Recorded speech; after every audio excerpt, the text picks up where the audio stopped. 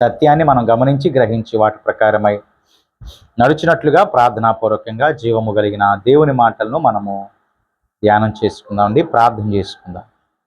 జీవాధిపతి, పరిశుద్ధుడా, మహోన్నతుడా, మీ కొందనాలు స్తోత్రాలయ్యా. ఘనమైన ఆరాధన జరిగిస్తూ మమ్మల్ని బలపరుస్తూ నడిపిస్తున్నందుకే మీకు స్తోత్రాలు. ఈ సమయంలో నాయన మీ పరిశుద్ధ మాటలను మేము ధ్యానం చేస్తూ ఉన్నాం. వాటి ద్వారా మమ్మలను బలపరచండి, ధైర్యపరచండి. వాటి ప్రకారమై నడవగలిగిన కృప దయచేయండి. అందులో ఉన్నటువంటి సత్యమును గమనించాలి. అబద్ధానికి మమ్మల్ని దూరం చేసి సత్యానికి మేమందరం కూడా విధేయత చూపినట్లుగా, ఆ మాటల ప్రకారమే నడుచినట్లుగా నీ కృపా సహాయము దయచేసి మీరే మహిమ పొందమని వింటున్నటువంటి ప్రతి వారికి ఈ మాటలు దీవెనకరంగా, ఆశీర్వాదకరముగా, మేలుకరముగా మలచి మీరే మహిమ పొందమని యేసుక్రీస్తు నామమున ప్రార్థన అడిగి వేడుకొనొచ్చున్నాము తండ్రి. ఆమేన్. మంచిది పుల్లారా, అపోస్తలుడైనటువంటి పౌలు గారు తిమోతికి రాసినటువంటి 2వ పత్రిక ఒకసారి మనం చదువుదాం. 2వ పత్రికలో 3వ అధ్యాయము 2వ వచనాన్ని కనుక మనం చూస్తే మనుషులు ఎటువంటి వారో అక్కడ రాయబడుతున్నట్లుగా మనం చూడొచ్చు పుల్లారా. మనుషులు ఎలా ఉన్నారు అనేటటువంటి మాట అక్కడ మనం చూస్తూ ఉన్నాం.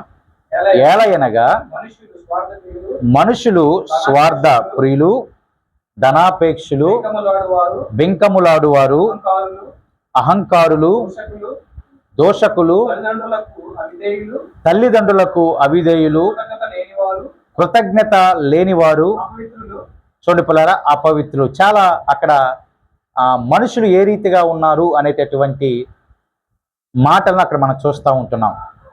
2వ వచనం మాత్రమే కాదు కానీ 3వ వచనంలో కూడా మనుషులు ఎలాగున్నారో చదవలేదు కానీ ఏ రీతిగా ఉన్నారో అక్కడ కొన్ని మాటలు రాయబడతా ఉన్నాయి. అయితే మనుషులు దేవుని యొద్ద నుంచి ఎంత ఉపకారాన్ని పొందుతున్నా, దేవుని యొద్ద నుంచి ఎన్ని మేలులు పొందుతున్నా, మనుష్య స్వభావము ఎలాగుంటుందంటే కృతజ్ఞత లేనివారిగా ఉంటుందంట. మనుషుల యొక్క స్వభావము దేవుని యొద్ద నుంచి అనేక మేలులు పొందుతున్నా కృతజ్ఞత లేనివారు అని లేఖనం మాట్లాడుతూ ఉంది. అయితే మన ప్రభు యొక్క లక్షణం ఏంటంటే కృతజ్ఞత లేని వారి ఎడల కూడా దేవుడు గొప్ప సహాయం చేస్తాడు. ఆమేన్. మన కృతజ్ఞత కలిగి జీవించకపోయినా ఆయన గొప్ప ఉపకారము, సహాయము మనకు ఖచ్చితంగా చేస్తారు. అదే మాట లేఖనం లోకాసు సువార్తలో రాయబడుతూ ఉంటుంది. చదవవసరం లేదు కానీ ఇక్కడ మనం అర్థం చేసుకోవాల్సినటువంటి ఒక మాట ఏంటంటే చదవండి పుల్లారా. ఆ మాట కూడా చూస్తే మీకు డౌట్ కూడా క్లియర్ అయిపోతుంది. లోకాసు సువార్త 6వ అధ్యాయము, లోకాసు సువార్త 6వ అధ్యాయంలో ఆ మాటను కనుక మనం చూస్తే 35వ వచనాన్ని ఒకసారి మనం చదువుదాం. చివరి మాటగా, ఆయన కృతజ్ఞత లేని వారి ఎడలను, దుష్టుల ఎడలను ఉపకారి అయి ఉన్నాడు. దేవునికి స్తోత్రం కలుగును గాక. కృతజ్ఞత లేని వారి ఎడల, దుష్టుల ఎడల కూడా ఆయన ఎలాగున్నాడంట? ఉపకారం చేసే దేవుడిగా ఉన్నాడు. చూడండి పుల్లారా, మనం కృతజ్ఞత లేకపోతేనే, కృతజ్ఞత కలిగి జీవించలేకపోతేనే ఆయన మనకు అంత ఉపకారం చేస్తున్నాడే. కృతజ్ఞత కలిగి జీవిస్తే ఇంకెంత ఉపకారాన్ని, సహాయాన్ని ప్రభు యొద్ద నుంచి మనం పొందుకుంటాం. ఒకసారి ఆలోచన చేస్తున్నారా? కృతజ్ఞత చూపకపోయినా ఆయన మనకు ఏం చేస్తున్నాడు? ఉపకారం చేస్తా ఉన్నాడు. అదే మనం కృతజ్ఞత కలిగి జీవిస్తే, దేవునికి కృతజ్ఞత కలిగి జీవిస్తూ మనుషుల కూడా కృతజ్ఞత కలిగి జీవిస్తే మన ఎంతో ఉపకారాన్ని, సహాయాన్ని మనుషుల యొద్ద నుంచి, ప్రత్యేకంగా మన దేవుని యొద్ద నుంచి మనం పొందుకుంటాం. కానీ ఇక లేఖనం మాట్లాడుతూ ఉంది, ఏలయనగా మనుషులు ఎలాంటి వారంటే కృతజ్ఞత లేనివారు. ఎవరు మనుషులు? కృతజ్ఞత లేనివారు. కృతజ్ఞత అంటే థ్యాంక్స్ చెప్పటం అని అర్థం పుల్లారా. దాదాపుగా మన పరిభాషలో ఏదైనా సహాయాన్ని మనము ఒక మనుషుని యొద్ద నుంచి పొందినప్పుడు మనం ఏం చెప్తామంటే థ్యాంక్స్ అని చెప్తాం. ఎవరైనా బైక్ లిఫ్ట్ అడిగి కొంత దూరం వెళ్ళినప్పుడు దిగిన వెంటనే వారికి మనం కృతజ్ఞత భావంతో ఏం చెప్తామంటే థ్యాంక్స్ అని చెప్తాం. ఎందుకంటే మనకు సహాయం చేశారు కాబట్టి. మరి దేవుడు మనకేం చేస్తున్నాడు? సహాయం చేస్తా ఉన్నాడు. ఉపకారం చేస్తూ ఉన్నాడు, మేలులు చేస్తూ ఉన్నాడు. మరి మనం దేవునికి కృతజ్ఞత కలిగి జీవించాలా లేదా? ఆమేన్. మరి దేవునికి కృతజ్ఞత కలిగి జీవించాల్సింది పోయి మనుషులు నేటి దినాన ఎలాగైపోతా ఉన్నారంటే కృతజ్ఞత లేని వారిగా అయిపోతా ఉన్నారంట. దేవుడు చేసిన సహాయాన్ని మర్చిపోయి కృతజ్ఞత లేని వారిగా అయిపోతున్నాం. మనుషులు చేసిన సహాయాన్ని మర్చిపోయి కృతజ్ఞత లేని వారిగా మనము అయిపోకూడదు పుల్లారా. కృతజ్ఞత కలిగి ఎల్లవేళలా మనము జీవించేటటువంటి వారిగా ఉండాలి. మొదటిది, దేవదేవునికి మనం ఎల్లప్పుడూ కృతజ్ఞతాస్తుతులు చెల్లించాలి. దేవదేవునికి అన్ని వేళలా మనం కృతజ్ఞతాస్తుతులు చెల్లించాలి.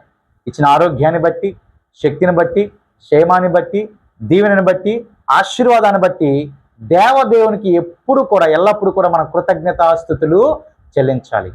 రెండోదిగా, మనము ఏ మనుషుని యొద్ద నుంచి సహాయం పొందుతున్నామో, అంటే ఆ మనుషుల ద్వారా సహాయాన్ని అందించేది కూడా దేవుడే కదా. ఆమేన్. ఏ మనుషుల ద్వారా మన సహాయాన్ని పొందుతున్నామో ఆ మనుషునికి కూడా మనము ఎల్లవేళలా కృతజ్ఞత లేదా ఉపకారము లేదా థ్యాంక్స్ చెప్పేటటువంటి వారిగా అటువంటి భక్తిలో మనము ఎదగవలసినటువంటి అవసరము ఉన్నది. ఒకానొక దినంలో ప్రియ దేవుని సంఘం మనం గమనించినట్లయితే రాజైనటువంటి సౌలు గారు చనిపోయారు. రాజైనటువంటి సౌలు గారు చనిపోయినప్పుడు సౌలు గారిని పాతి పెట్టడానికి ఎవరో రావట్లా.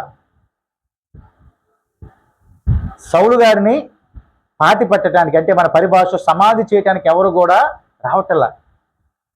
భయపడతా ఉన్నారు. మాకేమైనా అయిద్దేమో, మాకేమైనా అవుతుందేమో, మాకెంతులే ఈ గోళ, మాకెంతులే ఈ గొడవ అని అనేక మంది సందేహిస్తా ఉన్నారు. ఆ సందేహించేటటువంటి క్రమములో సౌలు గారిని ఒక వర్గపు జనాభా వారు వచ్చి సమాధి చేశారు. ఆమేన్. ఆయన సమాధి చేస్తే ఏమన్నా అవుతుందేమో అనేటటువంటి భయముతో ఉన్నటువంటి అనేక జన సమూహాల ఆ మధ్యలో ఒక జన సమూహం వచ్చి సౌలు గారిని ఏం చేసిందంటే సమాధి చేసింది. ఎవరయ్యా వారంటే యాబేష్గిలాదు వారు. ఆమేన్. చదువుదాం పుల్లరా సమూయేలు 2వ గ్రంథాన్ని గనక ఒకసారి మనం చూడగలిగినట్లయితే పుల్లరా అక్కడ రాయబడుతుంది ఆ మాట. సమూయేలు 2వ గ్రంథము 2వ అధ్యాయము 5వ వచనాన్ని మనం చదువుదాం. సౌలును పాతి పెట్టిన వారు యాబేష్గిలాదు వారని దావీదు తెలుసుకొని యాబేష్గిలాదు వారి యొద్దకు దూతలను పంపి మీరు ఉపకారము చూపి మీ ఏలిన వాడైన సౌలును పాతి పెట్టితిరి గనుక యెహోవా చేత మీరు ఆశీర్వచనము నొందుదురుగాక. ఆమేన్. వారు చేసిన పని ఏంటంటే సౌలుని పాతి పెట్టారు పిల్లరా. యాబేష్గిలాదు వారు చేసినటువంటి పని ఏంటంట, సౌలును మరణమై ఉన్నటువంటి సౌలు గారిని పాతి పెట్టారు. ఆ విషయము ఎవరికి తెలిసిందంటే దావీదు వారికి తెలిసింది. దావీదు వారు తెలుసుకొని యాబేష్గిలాదు వారి యొద్దకు కొంతమంది దూతలను అనగా మనుషులను పంపించారు. పంపించి ఏం చెప్పారంటే మీరు ఉపకారము చూపి మీ ఏలిన వారైన సౌలును పాతి పెట్టిదిరి గనుక. వారితో ఏమన్నారంటే ఆ దూతల ద్వారా మీరు ఉపకారము చూపారు అంటే ఉపకారం మనం చెప్పేది థ్యాంక్స్ అని. మీరు ఉపకారము చూపి మీ యజమానుడు అయినటువంటి సౌలును పాతి పెట్టారు కాబట్టి మీరు నిశ్చయంగా ఎవరి ద్వారా దీవించబడతారంటే దేవుని ద్వారా దీవించబడతారు. దేవునికి స్తోత్రం కలిగిన గాక. అంటే పాతి పెట్టినందుకు వారికి దీవెన ఎవరి యొద్ద నుంచి వస్తుందంట, దేవుని యొద్ద నుంచి వస్తుంది. అంటే వారు ఏం చేశారంటే ఉపకారాన్ని చేశారు. ఎందుకంటే నాకు మీకు చెప్పినట్లుగా ఈ యొక్క సౌలుని పాతి పెట్టడానికి ఎవరు ముందుకు రాలా. అంత కూడా సందేహంలో ఉన్నటువంటి దినాల్లో యాబేష్గిలాదు వారు వచ్చి సౌలును పాతి పెట్టారు. ఎందుకు వారే రావాలి, ఎందుకు వారే వచ్చి పాతి పెట్టాలి అని కనుక ఆలోచన చేస్తే కొన్ని దినాల క్రితం, కొన్ని సంవత్సరాల క్రితం సౌలు గారు యాబేష్గిలాదు వారికి గొప్ప సహాయం చేశాడు. ఆమేన్. కొన్ని సంవత్సరాల క్రితం సౌలు గారు యాబేష్గిలాదు వారు అనేటటువంటి జన సమూహానికి గొప్ప సహాయం చేశాడు. ఆ సహాయాన్ని, ఆ మేలును, ఆ కృతజ్ఞతను మరచిపోలేనటువంటి యాబేష్గిలాదు వారు ఏం చేశారంటే ఆ ఆయనను సమాధి చేసినట్లుగా ఈ వచనం ద్వారా మనం చూస్తా ఉన్నాం. అసలు ఏ విషయంలో సౌలు గారు యాబేష్గిలాదు వారికి సహాయం చేశారు? ఎలా సహాయం చేశారు? ఎలా సహాయాన్ని బట్టి యాబేష్గిలాదు వారు నేటి వరకు కృతజ్ఞత కలిగి జీవించారో కొన్ని మాటలను మనం ధ్యానం చేద్దాం. చాలా శ్రేష్టమైన మాటలు పులరా. సమూయేలు మొదటి గ్రంథాన్ని ఒకసారి చూస్తే 11వ అధ్యాయం మొదటి వచనం నుంచి లేఖనాలను మనం చూద్దాం పుల్లరా. మొదటి గ్రంథము 11వ అధ్యాయము మొదటి వచనం నుంచి మనం చదువుదాం. అమ్మోనీయుడైన బయలుదేరి, ఎవరు బయలుదేరంటే పిల్లరా? నాహాషు బయలుదేరి యాబేష్గిలాదు ఎదురుగా, యాబేష్గిలాదు వారికి ఎదురుగా దిగినప్పుడు యాబేషు వారందరూ మేము నీకు సేవ చేస్తాం, మాతో నిబంధన చేయమని నాహాషుతో అన్నారు. చాలు పుల్లరా. ఒకానొక దినమున సందర్భమున అమ్మోనీయుడు అయినటువంటి నాహాషు ఎవరికి వ్యతిరేకంగా యుద్ధం చేయటానికి బయలుదేరాడంటే యాబేష్గిలాదు వారికి. యాబేష్గిలాదు వారికి వ్యతిరేకంగా యుద్ధం చేయటానికి బయలుదేరినటువంటి ఆ యొక్క నాహాషు యాబేష్కు ఎదురుగా దిగినప్పుడు ఈ యాబేషు వారందరూ కూడా నాహాషుతో చెప్పినటువంటి మాట ఏంటంటే, అయ్యా మేము నీకు సేవ చేస్తాం. ఏం చెప్పారు పుల్లరా? మేము నీకు సేవ చేస్తాం, మాతో నిబంధన చేయమని నాహాషుతో చెప్పారు. అప్పుడు నాహాష్ ఏమనాలి? అంటే పాజిటివ్ యాటిట్యూడ్ ఉంటే సరే మంచిగా స్పందించారు, ఇద్దరం కలిసి కొనసాగుదాం అని అనాలి. కానీ నాహాషు యాటిట్యూడ్ ఎలా ఉందంటే అంత నెగిటివ్ అనమాట. నాహాషు ఏమన్నాడంటే పుల్లరా, ఇశ్రాయేల్ అందరి మీదకి నింద తెచ్చినట్లు మీ అందరి కుడి కన్నులను ఓడదీస్తాను, అప్పుడు మాత్రమే నేను మీతో నిబంధన చేస్తాను అని నాహాషు యాబేష్గిలాదు వారితో చెప్పారు. ఏమని చెప్పారు? నేను మీతో నిబంధన చేయాలంటే మొదటిగా నేనేం చేస్తానన్నానంట, మీ అందరి మీదకి నింద తెచ్చినట్లుగా, ఇశ్రాయేలు అందరి మీదకి నింద తెచ్చినట్లుగా మీ అందరి కుడి కన్నులను తీసేస్తా అన్నాడు. ఏమన్నారండి? వీళ్ళు ఏమన్నారు? మంచిగా మాతో నిబంధన చేయయ్యా, కలిసి వెళ్దాం, కలిసి ప్రయాణం చేద్దామంటే ఈయన వెళ్దామనో వెళ్ళకూడదని చెప్పకుండా ఇదిగో మీకు మీ కుడి కన్నులను నేనేం చేస్తానంటున్నాడంట పుల్లరా, ఓడదీస్తాను అని అమ్మోనీయుడైనటువంటి నాహాషు గర్వంతో ఆ మాటలు పలికాడు. యాబేష్గిలాదు వారికి భయం వచ్చేసింది. మరి కన్ను ఓడదీయటువంటి మామూలు విషయం పుల్లరా? సమస్తాన్ని చూసేది వేటిలతో? మన కన్నులతోనే కదా. కన్నులు గనక మనం కలిగి లేకపోతే ఏమవుతుందండి? ఏం చూడలేం. వింటాం కానీ, లేకపోతే స్పర్శ మన మీద వేస్తే తెలిసిద్ది, కానీ ఎవరు మన హస్తాన్ని తాకారో, ఎవరు మనతో మాట్లాడుతున్నారో కూడా మనం చూడలేం. జనులందరికీ కూడా ఒకానొక సందర్భంలో భయము అనేటటువంటిది వచ్చేసింది. యాబేషు వారు ఏం చేశారంటే పెద్దలను పిలిపించారు. పెద్దలను పిలిపించి అక్కడ వారు చెప్పినటువంటి మాట ఏంటంటే, మేము ఇశ్రాయేలు సరిహద్దులన్నిటికీ దూతలను పంపుటకై 7 దినముల గడువు మాకిమ్ము, మమ్ములను రక్షించటానికి ఎవరునూ లేకపోయినలా మమ్మను మేము నీకు అప్పగించుకుంటాం అన్నారు. సరేనయ్యా, నువ్వు అన్నది బాగానే ఉంది, సరే మాకు ఒక 7 దినాల సమయం ఇవ్వు. ఎన్ని దినాలు కోరారంటే పిల్లల వారు? 7 దినాల సమయం గడువు మాకు ఇవ్వు. ఏదో ఒక మూల నుంచి ఎవరో ఒకరు మాకు సహాయం చేస్తారు. వాళ్ళ ధైర్యం చూడండి. ఏదో ఒక మూల నుంచి ఎవరో ఒకరు మాకేం చేస్తారంట? సహాయము చేస్తారు. ఒకవేళ మమ్మల్ని రక్షించడానికి, మాకు సహాయం చేయడానికి ఎవరు లేని ఎడలా మమ్ములను మీకు అప్పగించుకుంటాం, నువ్వేం చేస్తావో చేసుకో. అంటే దాని అర్థం, నువ్వు కుడి కనునే బీడుతావా, ఎడమ కనునే తీసేస్తావా, టోటల్గా ప్రాణాలే తీసేస్తావా, ఏం చేస్తావో చేసుకో, మమ్ములను పూర్తిగా కంప్లీట్గా మీకు అప్పగించేస్తాం అని చెప్పాడు. ఎన్ని దినాల గడువు కోరారు పుల్లరా? 7 దినాల గడువు కోరారు. అప్పుడు సౌలు ఎక్కడున్నారంటే గిబియాలో ఉన్నారు.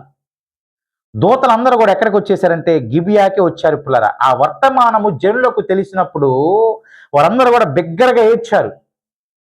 బిగ్గర, అయ్యో నాహాషు వస్తున్నాడు, నాహాషు ఇదిగో మనకి ఉపద్రవం తీసుకొస్తానంటున్నాడు, మన కుడి కన్నును తీసివేస్తానంటున్నాడు అనే వర్తమానము తెలిసినటువంటి వెంటనే జనులు బిగ్గరగా ఏడవటం మొదలుపెట్టారు. అప్పుడే సౌలు గారు ఎక్కడి నుంచి వస్తున్నారంటే పొలము నుంచి పశువులను తోలుకొని వస్తా ఉన్నారు.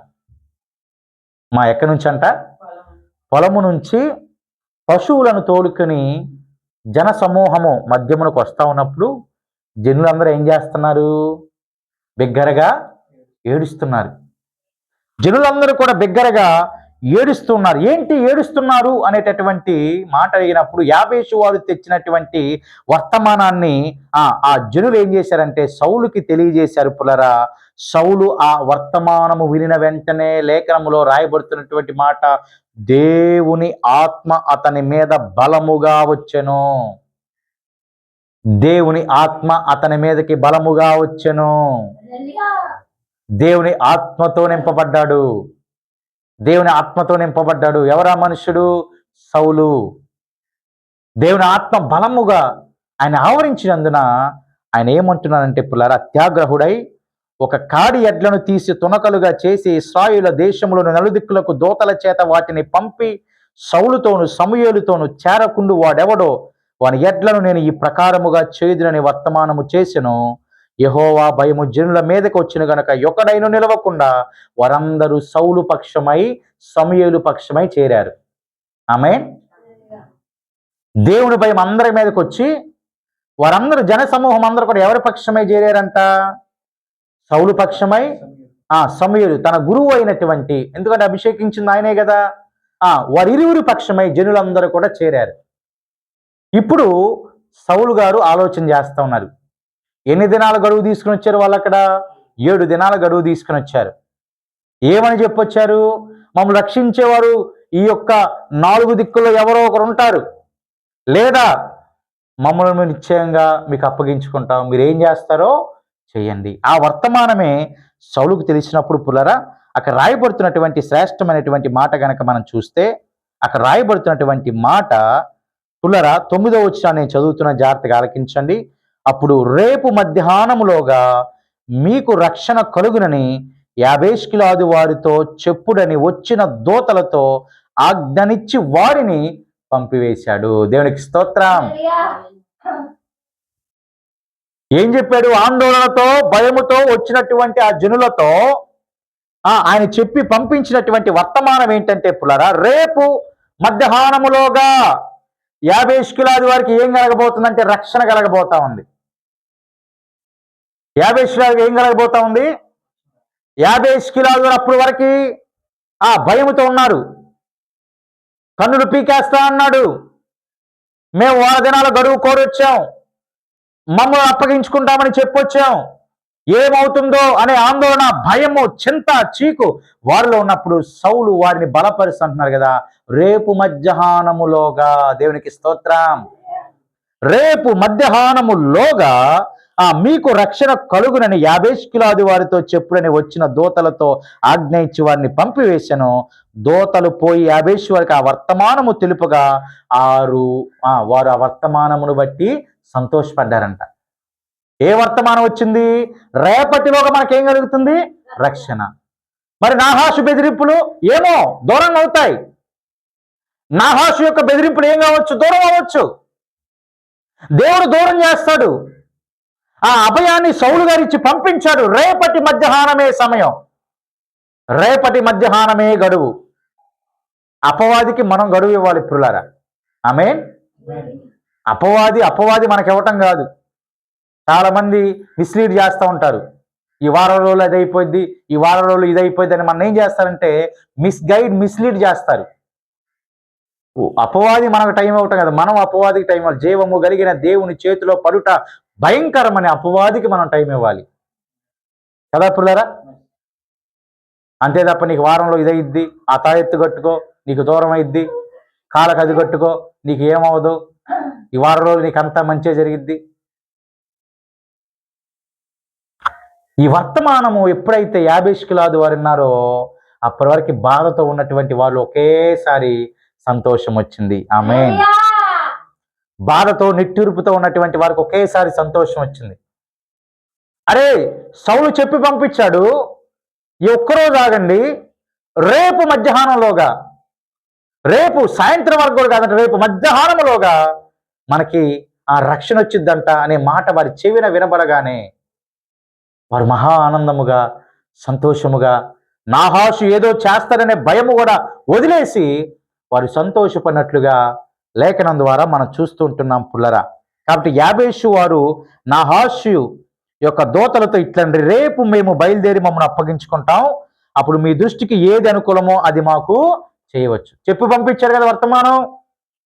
ఇక నాహాషుతో వాళ్ళు ఏం చెప్పారు, అయ్యా రేపు అప్పగించేసుకుంటాం, మీకు ఇష్టం వచ్చింది చేసుకోండి, కుడి కన్ను పీకుతారా పీకండి, ఎడమ కన్ను పీకుతారా పీకండి, లేదా మమ్మల్ని చంపుతారా చంపేయండి, మీకు ఏది ఇష్టమో అది చేసుకో అన్నారు. మీకు ఏది ఇష్టమైతే అది చేయండి, మమ్మల్ని అయితే నీకు అప్పగించుకుంటాం, నీకేది ఇష్టమో అది చెయ్యి. చూడండి పిల్లలు, అక్కడ జరిగినటువంటి అద్భుతాన్ని గనక మనం చూస్తే 11వ వచనం రాయబడుతున్నట్టు మాట, ఈ మాట చదవండి పిల్లరా. మరునాడు సౌలు జనులను ఎన్ని సమూహాలు, 3 సమూహములుగా చేసిన తర్వాత వారు తెల్లవారు సమయమున దండు మధ్యను జొచ్చి మధ్యాహ్నములోగా అమ్మోనీలను హతము చేయగా, దేవునికి స్తోత్రం. సౌలు జనులను ఏం చేశాడంటే పుల్లరా, 3 సమూహములుగా చేశాడు. ఆ తదుపరి వారు తెల్లవారు సమయమున దండులోనికి వచ్చారు. దండులోనికి వచ్చి ఎవరిని తరిమే ప్రయత్నం చేస్తా ఉన్నారంటే అమ్మోనీలను తరిమేటటువంటి ప్రయత్నము చేస్తున్నారు. ఆ దండులోనికి వచ్చిన తర్వాత తెల్లవారు సమయంలో దండు మట్టను జొచ్చి మధ్యాహ్నంలోగా అమ్మోనీలను హతము చేయగా వారిలో మిగిలిన వారు ఇద్దరేసి కూడా పోజాలకుండా చెదిరిపోయారు. ఇద్దరు కూడా పోజాలకుండా ఏమైపోయారంట, చెదిరిపోయారు, హతము చేయబడ్డారు, చెదిరిపోయారు. పుల్లరా, వారందరూ కూడా చెదిరిపోయినట్లుగా ఆ యొక్క వచనం ద్వారా మనం చూస్తూ ఉంటున్నాం.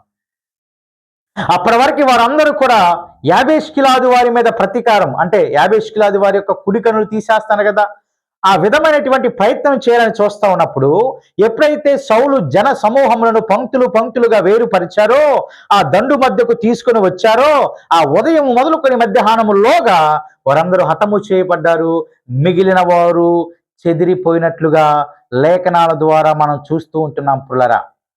ఆ దినముననే దేవుడు సౌలు గారి ద్వారా ఎవరికి రక్షణ కలగజేశారంటే యాబేష్గిలాదు వారికి రక్షణ కలగజేశారు. అదే సౌలు గారు కల్పించుకోకపోతే, సౌలు గారు జోక్యం చేసుకోకపోతే యాబేష్గిలాదు వారికి జరగవలసినటువంటి అన్యాయము జరిగిపోయేది. వారి కుడి కన్నే పోయేదేమో, వారి ఎడం కన్నే పోయేదేమో, 2 కళ్ళు పోయేవేమో, ప్రాణాలనే మరి పోగొట్టుకునేటటువంటి విధానంలోనికి ఒకవేళ వచ్చేసేవారేమో. కానీ దేవుడు ఏం చేశాడంటే సౌలు అనే ఒక మనిషిని ఎన్నుకున్నాడు. ఆమేన్. సౌలు గారి ద్వారా ఈ యాబేష్గిలాదు అనే జన సమూహం మొత్తానికి కూడా ధైర్యము, రక్షణ ఏం తీసుకొచ్చాడంట, ఆనందాన్ని తీసుకొచ్చాడు. ఆమేన్. అంటే ఇప్పుడు యాబేష్గిలాదు వారికి సౌలు గారు ఏం చేశారు, ఉపకారం చేశాడు, సహాయం చేశాడు, ఆపదలో కాపాడాడు, ప్రాణాలు పోగొట్టకుండా చూశాడు, ధైర్యముగా నిలబడ్డాడు. దేవుని సహాయముతో, జ్ఞానముతో యాబేష్గిలాదు వారికి ఆయన సహాయం చేశాడు. ఆ సహాయాన్ని యాబేష్గిలాదు వారు మర్చిపోలేదంట. ఆమేన్. అదే మనుషులు చేసిన సహాయాన్ని మనం ఏం చేస్తామండి, మర్చిపోతామా? అందుకే మూలవాక్యం నేను ఏం చూపించిన, ఎలాగనగా మనుషులు కృతజ్ఞత కలిగిన వారా, కృతజ్ఞత లేనివారా? కృతజ్ఞత లేనివారు కదా పిల్లరా, కృతజ్ఞత లేనివారు. మనుషులు ఎలాగుంటున్నారో చూపుతున్నారు. ఎలాగుండాలి, కృతజ్ఞత కలిగి ఉండాలి. కానీ ఎలాగుంటున్నా మనుషులు కృతజ్ఞత లేని వారిగా ఉంటున్నారు. చేసిన సహాయాన్ని మర్చిపోవచ్చా, చేసిన ఉపకారాన్ని మర్చిపోవచ్చా? ఈ యాబేష్గిలాదు వారు మరి సౌలు చేసినటువంటి ఉపకారాన్ని మర్చిపోతే ఏమైనా అర్థం ఉందంటారా పిల్లరా? లేదు కదా. ప్రాణాపాయంలో కాపాడాడు కదా, కుడి కన్ను పీకేస్తానంటే ధైర్యముగా నిలబడి కాపాడాడు కదా, వారికి ధైర్యం వచ్చేటట్లు చేశాడు, శక్తి వచ్చేటట్లు చేశాడు, సంతోషపడేటట్లు చేశారు. కాబట్టి ఒకానొక దినాన సౌలు గారు మరణించినప్పుడు ఆయనను సమాధి చేయటానికి ఎవరు కూడా ముందుకు రానప్పుడు యాబేష్గిలాదు వారు ఏం గుర్తు చేసుకున్నారంటే, ఒకానొక దినాన మా యజమానుడు, మా ఏలినవాడు సౌలు మాకు నాహాషు యొద్ద నుంచి సహాయము కలిగేటట్లు చేశారు. ఆమేన్. ఆయన యొద్ద నుంచి ఉపకారము మేము పొందుకున్నాం, ఆయన యొద్ద నుంచి సహాయాన్ని మేము పొందుకున్నామని గమనించిన వారు సౌలుని పాతి పెట్టడానికి ఎవరు రాకపోతే వారు వెళ్ళి ఆ ఉపకారానికి అనుగుణముగా వీరు కూడా ఉపకారము ఏ రీతిగా చేశారంటే ఆ యొక్క సౌలుని సమాధి చేశారు. ఆయన చనిపోయాలే మాకెందుకులే అని అనుకున్నారా? ఇప్పుడు సహాయం చేయకపోతే సౌలుకి తెలియదు కదా, చనిపోయాడు కదా ఆల్రెడీ, ఆయన అనుకుంటాడా? లేదు కదా. కానీ యాబేష్గిలాదు వారు ఆ యొక్క సహాయాన్ని మర్చిపోకుండా కృతజ్ఞత ఎలా చూపించారంటే అతన్ని సమాధి చేయుట ద్వారా ఈ విధమైనటువంటి కృతజ్ఞత చూపారు. ఇది కృతజ్ఞత అయిద్దా? ఏందయ్యా ఎంతసేపు చెప్పి ఇది కృతజ్ఞత ఎందుకైద్ది అనమాట. ఇది కృతజ్ఞతే పుల్లారా. ఆయన చేసిన ఉపకారానికి అనుగుణముగా ఇదిగో సౌలుని యాబేష్గిలాదు వారు ఏం చేశారంటే పాతి పెట్టారు. ఆ వర్తమానం ఎవరికి వినిపించిందంటే రాజుగా ఉన్నటువంటి దావీదు వారికి. ఆమేన్. రాజుగా ఉన్నటువంటి దావీదు వారికి ఆ వర్తమానం వినబడినప్పుడు ఇందాక మనం చదువుకున్నాను కదా పుల్లారా, సమూయేలు 2వ గ్రంథం 2వ అధ్యాయము 5-6 వచనాలు కనుక మనం చూస్తే ఆయన అన్నాడు కదా, యెహోవా చేత మీరు ఆశీర్వాదాన్ని పొందుతారు. యెహోవా చేత మీరు, దావీదు పలికిన మాట యాబేష్గిలాదు వారి పక్షముగా దేవుని ద్వారా మీరు ఆశీర్వాదాన్ని పొందుతారు. తర్వాత ఇంకేమన్నాడంటే, యెహోవా మీకు కృపను సత్య స్వభావమును అగపరచును, నేనును మీరు చేసిన ఈ క్రియను బట్టి మీకు ప్రత్యుపకారము చేసేదను. ఆమేన్. దేవుడే కాదయ్యా, మీరు చేసిన ఈ మేలును బట్టి నేను కూడా మీకు ప్రత్యుపకారం చేస్తాను, ఉపకారం చేస్తాను. దేవుడు మీకు మొదటిగా ఆశీర్వాదాన్ని ఇస్తాడు, రెండోది మీకు కృపను సత్య స్వభావంను ఆయన అగుపరుస్తాడు, మూడోదిగా నేను కూడా మీకు ఏం చేస్తానంటే ఉపకారము చేస్తాను. కాబట్టి మీరు ధైర్యంగా ఉండండి. నేను ఇప్పుడు రాజుగా అభిషేకించబడ్డాను కాబట్టి మీరు ధైర్యంగా ఉండండి. మీరు ధైర్యము తెచ్చుకొని బలాఢ్యులై ఉండాలని యాబేష్గిలాదు వారితో దావీదు ఆజ్ఞ ఇచ్చాడు. ఎలా ఉండమంట? ధైర్యముగా ఉండండి, బలాఢ్యులుగా ఉండండి ఆజ్ఞాపించాడు పిల్లరా. అంటే మీరు భయపడవద్దు, ఎందుకంటే ఒక రకంగా మరి దావీదు వారికి కూడా సౌలు గారు యజమానులు లెక్కే కదా పుల్లారా, అవునా కదా? ఆయన తర్వాత ఈయన రాజు అయ్యాడు, మరి ఆటోమేటిక్గా యజమానులు లెక్కే కదా. యాబేష్గిలాదు వారికి మాత్రమే కాదు కానీ ఆయన తర్వాత రాజు అయినటువంటి దావీదు వారు అంటున్నా, ఇదిగో నేను రాజు అయ్యా, మీరు భయపడవద్దు అంటే నేను రాజుగా మీరు భయపడవద్దు, ఏమాత్రము దిగులు చెందవద్దు, బలాఢ్యులుగా ఉండాలని ఆజ్ఞ ఇచ్చాడు అక్కడ రాజుగారు దావీదు గారు యాబేష్గిలాదు వారు ప్రజలకి. ఎందును బట్టి? వారు చేసిన ఉపకారాన్ని బట్టి, సహాయాన్ని బట్టే కదా పుల్లారా. సౌలును పాతి పెట్టబడినటువంటి మరి విషయాన్ని బట్టే కదా. వారు చేసిన సహాయాన్ని మర్చిపోయారా? కానీ నేటి దినాన మనుషులు చేసిన సహాయాన్ని మర్చిపోయి కృతజ్ఞత లేని వారిగా ఉంటా ఉన్నారు. నా లేఖనం, ప్రభు లేఖనం సెలవిస్తా ఉంది, ఆయన కృతజ్ఞత లేని వారి ఎడల, దుష్టుల ఎడల కూడా ఉపకారాన్ని చూపిస్తాడు. కృతజ్ఞత లేని వారి ఎడల, దుష్టుల ఎంత ఉపకారం చూపిస్తే మనం కృతజ్ఞత కలిగి ఉంటే, దేవుడు మనకు చేస్తున్న మేలును బట్టి కృతజ్ఞత కలిగి ఉంటే, దేవుని ద్వారా అనేక మంది మనుషుల ద్వారా మనము పొందుకుంటున్నటువంటి సహాయం కోసం మనం కృతజ్ఞత కలిగి జీవిస్తే ఇంకా ఆయన ఎంత ఉపకారం మేలు మనకు చేస్తాడో ఆలోచన చేయండి. కృతజ్ఞత లేకపోతేనే ఉపకారం చేస్తాడు కదా. కృతజ్ఞత కలిగి జీవిస్తే ఇంకెంత ఉపకారం మనం పొందుకుంటాం, ఎన్ని మేళ్ళు మనం పొందుకుంటాం, ఎన్ని దీవెనలు మనం పొందుకుంటాం. దావీదు అన్నాడు, ఇక మీరు ధైర్యం తెచ్చుకోండి అన్నాడు. దావీదు అన్నాడు, ఇక మీరు బలంతో ఉండండి, మీకు నేనున్నాను. ఎంత ఓదార్చే మాట పిల్లరా. మీకు నేనున్నా, బలం తెచ్చుకోండి, ధైర్యం తెచ్చుకోండి, నేను మీకు సహాయం చేస్తా. దేవుని యొద్ద నుంచి మీకు ఆశీర్వాదం వచ్చింది, దేవుని యొద్ద నుంచి మీరు కృపను పొందుకుంటారు, సత్య స్వభావాన్ని పొందుకుంటారు, నేను మీకు సహాయం చేస్తాను అంటున్నాడు. కాబట్టి ధైర్యంగా ఉండు, దృఢంగా ఉండు, భయపడవద్దని వారిని బలపరిచినట్లుగా ఈ వచనాల ద్వారా మనం చూస్తూ ఉన్నాం. కాబట్టి మధ్యాహ్నకాల సమయంలో క్రైస్తవ విశ్వాసి నిరంతరము కూడా కృతజ్ఞత కలిగి జీవించాలి. ఆమేన్. కృతజ్ఞత కలిగి జీవించాలి. థ్యాంక్స్ చెప్పే అనుభవాల్లో నడవాలి.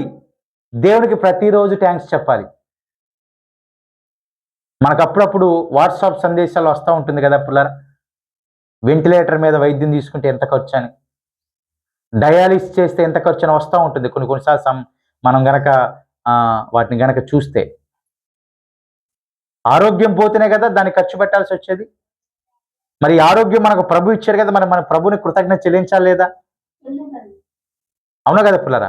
ఆ ఆరోగ్యము, శరీరంలో ఉన్నటువంటి అవయవాలు అన్నీ పోతే మనం వైద్యానికి ఏం చేయాలంటే ఖర్చు చేసి వైద్యం చేయించుకోవాలా. కానీ ఇవన్నీ మనకి పర్ఫెక్ట్గా వర్క్ అయ్యేటట్టు ప్రభు చేస్తున్నాడు కదా. ఆమేన్. దీన్ని బట్టి ప్రభుకి ఏం చెల్లించాలి? కృతజ్ఞత. ఆయన మనకు సహాయం, ఉపకారం చేస్తున్నాడు. శరీర భాగాలన్నీ మంచిగా ఉండేటట్లు చేస్తూ ఉంటే కనీసం కృతజ్ఞత లేకుండా మనం జీవిస్తే ఎలాగ పుల్లరా? అందుకే పౌలు భక్తుడు అంటున్నాడు, కృతజ్ఞత లేనివారు. మనుషులు ఎలాంటి వారంట? కృతజ్ఞత లేనివారు. కానీ మనము ఆ రీతిగా ఉండకూడదు. క్రీస్తును అనుసరించే బిడ్డలుగా ఉన్న మనము కృతజ్ఞత కలిగి ఉండాలి, కానీ కృతజ్ఞత లేని వారిగా మనం ఉండకూడదు. కృతజ్ఞత లేని వారిగా ఉండకూడదు. దానికి బెస్ట్ ఎగ్జాంపుల్ యాబేషు వారు ఎప్పుడో చేసిన సహాయాన్ని ఏం చేశారంట? మర్చిపోకుండా జ్ఞాపకం చేసుకొని సౌలు గారి ఎలా అటు ఉపకారం చేశాడు. ఆ యొక్క సమాధి జరిగేటట్లుగా మరి యాబేషు వారు చేసి ఉన్నారు కాబట్టి వారు ఇప్పుడు ధన్యులైపోయారు. దేవుని యొద్ద నుంచి ఆశీర్వాదం వచ్చింది.